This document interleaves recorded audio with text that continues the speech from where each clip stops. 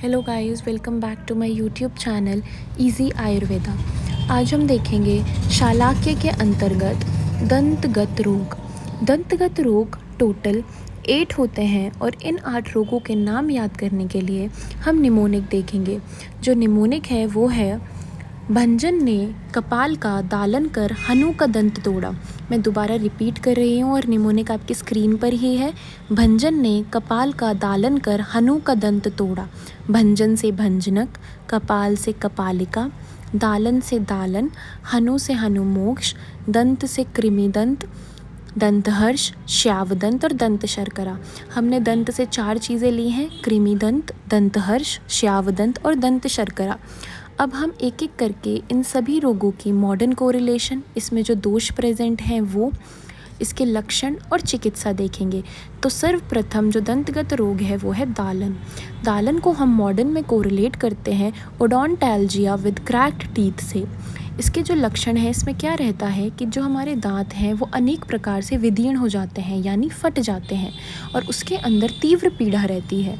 इसमें जो दोष प्रेजेंट रहता है वो रहता है वात दोष, और ये असाध्य डिजीज़ है यानी इनक्योरेबल है। जो हमारा सेकंड दंतगत रोग है वो है कृमि दंत। इसको हम मॉडर्न में कोरिलेट करते हैं विद डेंटल कैरीज।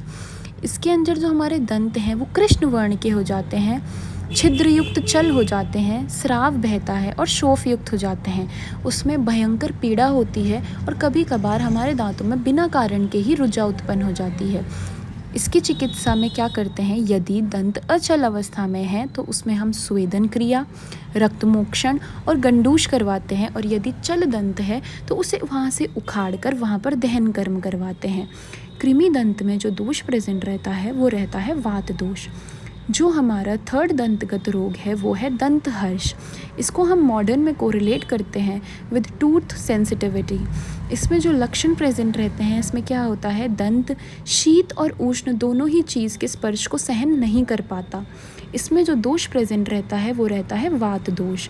इसकी चिकित्सा में हम क्या करते हैं, कवल ग्रहण करवाते हैं, स्नेहिक धूम देते हैं, नस्य करवाते हैं, स्निग्ध भोजन करवाते हैं, शिरोबस्ती देते हैं, और सबसे इम्पॉर्टेंट चिकित्सा है इसकी वात नाशक चिकित्सा।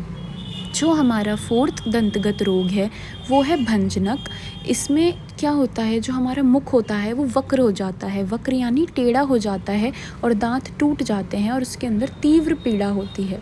ये एक असाध्य कंडीशन है और इसके अंदर जो दोष प्रेजेंट रहता है वो रहता है कफ और वात दोष।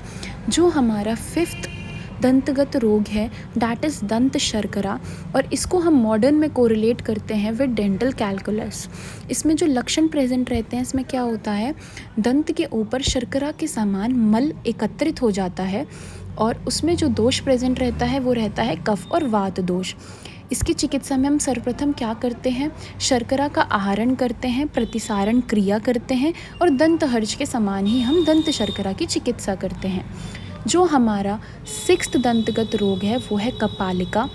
इसमें जो लक्षण रहते हैं वो क्या रहते हैं कि इसमें शर्करा के साथ दंतवल्क उतरने लगती है। शर्करा के साथ दंतवल्क यानी दांत की जो हमारी परत है वो भी उतरने लगती है और जो हमारा दांत है वो नष्ट हो जाता है, और ये एक कष्ट साध्य व्याधि है और इसकी चिकित्सा हम दंत शर्करा के समान ही करते हैं। जो हमारा सेवेंथ दंतगत रोग है वो है श्यावदंत, और इसको हम मॉडर्न में कोरिलेट करते हैं विद टूथ डिस्कलरेशन।